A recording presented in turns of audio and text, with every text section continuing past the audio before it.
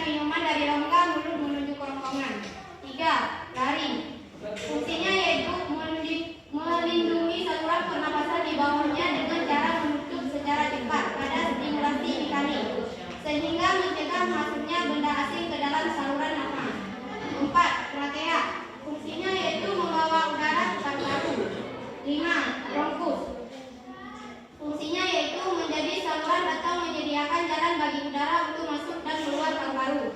6. Paru-paru. Fungsinya yaitu menukar oksigen dari udara dengan karbohidrat karbodioksida dari darah. 7. Diafragma. Fungsinya yaitu pada saat menarik nafas, diafragma akan mengencang jadi lebih dalam untuk memudahkan oksigen mengalir masuk ke paru-paru. Pertukaran O2 dan CO2 di dalam paru-paru. Proses pertukaran O2 dan CO2 di dalam paru-paru dan kesimpulannya. 2. Proses pertukaran O2 dan CO2 di dalam paru-paru. Pertukaran oksigen dan karbon dioksida dari pada paru-paru, tepatnya pada organ alveolus, dan terjadi melalui proses difusi. Kesimpulan dari proses pertukaran O2 dan CO2 yaitu sistem pernapasan pada manusia adalah sistem organ yang digunakan untuk menghirup oksigen dari udara serta mengeluarkan karbon dioksida dan uap air. Dalam proses pernapasan, oksigen merupakan zat kebutuhan utama. Oksigen untuk pernapasan diperoleh dari udara di lingkungan sekitar. Pertanyaan yang akan ditanyakan antara trakea dan bronkus dalam sistem pernapasan manusia. Trakea adalah saluran udara utama yang menghubungkan tenggorokan dengan bronkus. Trakea berbentuk tabung dan memiliki tulang rawan yang melindungi saluran udara ini. Bronkus di sisi lain adalah cabang-cabang trakea yang masuk ke dalam paru-paru. Mereka memiliki struktur yang lebih kecil dan tidak dilindungi oleh tulang rawan seperti trakea. Bagaimana dan saya pahami kelompok A? Nah, terima kasih. Terima kasih. Hanya ini yang bisa saya sampaikan. Assalamualaikum warahmatullahi wabarakatuh.